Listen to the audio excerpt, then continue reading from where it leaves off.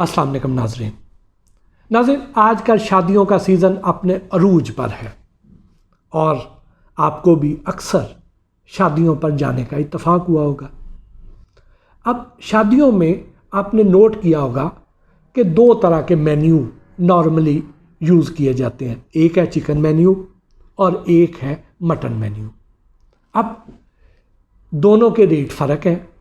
Chicken menu में क्या होगा कि वही वाले चिकन वाले चावल होंगे या और चिकन वाली ग्रेवी होगी, मटन वाले में मटन का सालन होगा या मटन वाली ग्रेवी होगी। इस तरह करके थोड़ी बहुत वेरिएशन के साथ मेन्यू आलमोस्ट यही रहता है, या चिकन मेन्यू या मटन मेन्यू। ख़ास तौर पर पंजाब में तो यही वाला मेन्यू चलता है, बाकी सूबों में मेन्यू फ़र्क हो जाता है। अब देखिए कि जब भी शादी का कोई फंक्शन ख़त्म होगा तो उसके बाद दो तरह के खाने बचेंगे। अपनी ज़रूरत से ज़ायद खाना हम प्लेटों में डाल लेते हैं, एक वो वाला खाना बचेगा और एक वो वाला खाना कि जो डिशेस में बचेगा। अब इन दोनों खानों के साथ क्या सलूक किया जाता है, इस पर हम आज की इस वीडियो में रोशनी डालेंगे। ये जो ज़रूरत से ज़ायद खाना हम प्लेटों में डाल लेते हैं, ये खाना वेटर्स के हिस्से में आता है। ये सारा खाना वेटर इकट्ठा कर लेते हैं, रोटियां अलहदा कर लेंगे, चावल अलहदा कर लेंगे, ग्रेवी अलहदा कर लेंगे। उसके बाद जो डिशेस में खाना बचता है वो खाना मालकान के हिस्से में आता है। मालकान उस खाने को महफूज कर लेते हैं अगले फंक्शन के लिए। वेटर्स अपने हिस्से का खाना शॉपरों में पैक करेंगे और फ्रीज़र में रख देंगे, या कोल्ड स्टोर है, अगर बड़ा शादी हाल है तो वहाँ कोल्ड स्टोर है, वो उसमें रख देंगे। उनके लगे बंदे गाहक हैं, कोई हलीम वाला है, कोई चिकन वाला है।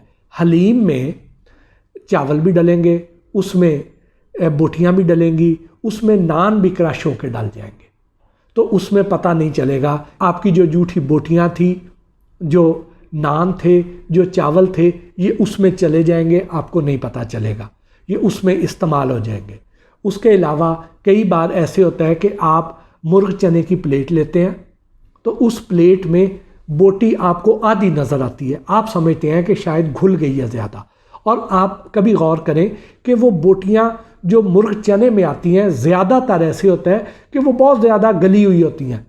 उसकी वजह ये होती है कि वो दो दफ़ा कुक होती हैं। पहले तो वो उस देग में बनती हैं जहाँ पे शादी का खाना बनता है, उसके बाद दोबारा मुर्ग चनों के साथ बन जाती हैं तो वो और ज़्यादा सॉफ्ट हो जाती हैं।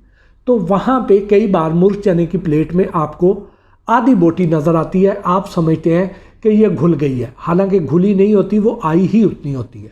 उसके बाद जो खाना आप डिशेस में बचा देते हैं, क्योंकि होता ये है कि जब भी शादी का कोई फंक्शन होगा तो हमारी तवज्जो किधर होती है, हमारी तवज्जो होती है कि क्रॉकरी कैसी है, हॉल की लाइटिंग कैसी है, स्टेज ठीक बना हुआ है या नहीं, जो खाने की जो पहली सर्विंग आती है हम उसका एरोमा चेक करते हैं, उसकी प्रेजेंटेशन चेक करते हैं। लेकिन जब उसकी रीफिलिंग होती है तो रीफिलिंग को हम कभी चेक नहीं करते हैं।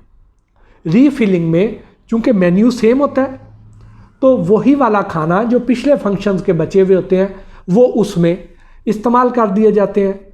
तो अगर हम घर पे आप कहेंगे कि उसमें दोबारा इस्तेमाल करने में मुज़ायका क्या है, कि हम घर पे भी अगर एक वक्त का खाना बच गया है तो हम उसको फ्रिज में रख लेंगे और अगले वक्त में यूज़ कर लेंगे।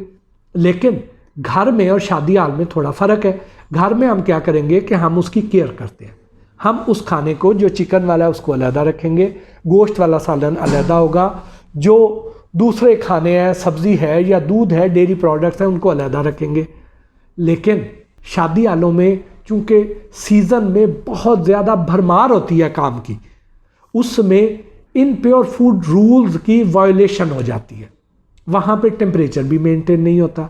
बड़े बड़े कोल्ड स्टोरेज है, जो बड़े शादी हाल हैं उनमें बड़े बड़े कोल्ड स्टोरेजेस हैं, जो छोटे शादी हाल हैं उनमें फ्रीज़र्स हैं। वहाँ पे क्या होता है कि जैसे एक शादी हॉल में हमने देखा कि मैंने एक फ्रीज़र खोला, उसमें मैंने देखा कि एक वाइट कलर का बड़ा सा पत्थर पड़ा हुआ है जिसके ऊपर शोरबा भी गिरा हुआ है, जिसके ऊपर पालक भी गिरी हुई है, जिसके ऊपर खून भी गिरा हुआ है। तो मैंने कहा कि ये क्या है, तो कहता है जी, शेफ़ कहता है कि ये पेठे का हलवा है। तो अब उसको मैंने कहा तो इसको क्या करोगे? कहता है अगले फंक्शन में इस्तेमाल कर लेंगे, इसको खुरज के ऊपर से उतारेंगे जहाँ तक इसके असरात गए हैं, क्योंकि वो टेस्ट फ़र्क आ जाता है, तो बाकी हम इसको इस्तेमाल कर लेते हैं। तो अब वो डेयरी प्रोडक्ट्स और खून या उसमें शोरबा, ये चीज़ें आपस में कंटेमिनेट कर जाती हैं।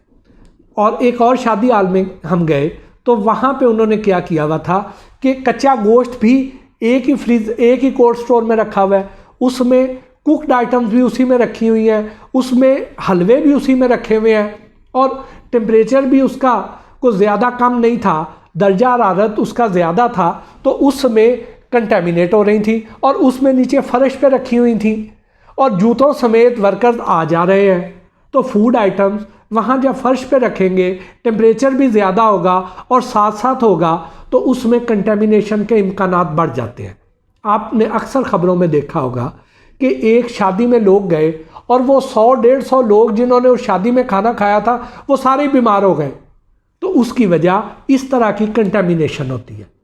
तो यहाँ पे घर पे तो हम इनकी केयर कर लेते हैं, लेकिन इतने मास लेवल पे जब इतने ज़्यादा फंक्शन हो, काम से ओवरलोड हो रहे हों, तो वहाँ पे इस तरह की बेहतियाती के चांसेस बढ़ जाते हैं। तो आप ये किया करें कि जब भी शादी पे आप जाएं तो अगर आप फ्रेश खाना खाना चाहें, आप ये चाहें कि आप बीमार ना हों, तो बराए मेहरबानी पहली सर्विंग जो आएगी उसमें से खाना ले लें। और अगर आप मज़ीद इस पे रिसर्च करें तो आप देखेंगे कि जो पहली सर्विंग का खाना है उसमें भी आपने लिया था और दूसरी सर्विंग में से भी लिया है, रीफिलिंग वाला भी लिया है, तो दोनों में आपको टेस्ट का फ़र्क भी नज़र आ जाएगा। तो यहाँ से आप बआसानी चेक भी कर सकते हैं। तो जिन लोगों का फंक्शन होता है उनको भी मैं ये कहूँगा कि वो भी इसकी केयर कर लिया करें। इसके साथ ही आज की इस वीडियो से इजाज़त दीजिए। अगर आपने हमारे इस चैनल को अभी तक सब्सक्राइब नहीं किया तो बराए मेहरबानी इसको सब्सक्राइब कर लीजिए, बेल आइकॉन का बटन ज़रूर प्रेस कर दीजिए ताकि आपके फ़ायदे की जैसे ही हम कोई नई वीडियो अपलोड करें आपको फौरी तौर पर उसकी इत्तला ज़रूर हो जाए। अगर किसी और मौजू के बारे में आप जानना चाहते हैं तो बराए मेहरबानी नीचे कमेंट्स में हमें लिख भेजिए, इंशाल्लाह हम उस पर भी जल्द ही एक वीडियो बना के अपलोड कर देंगे। अल्लाह ने के बाद।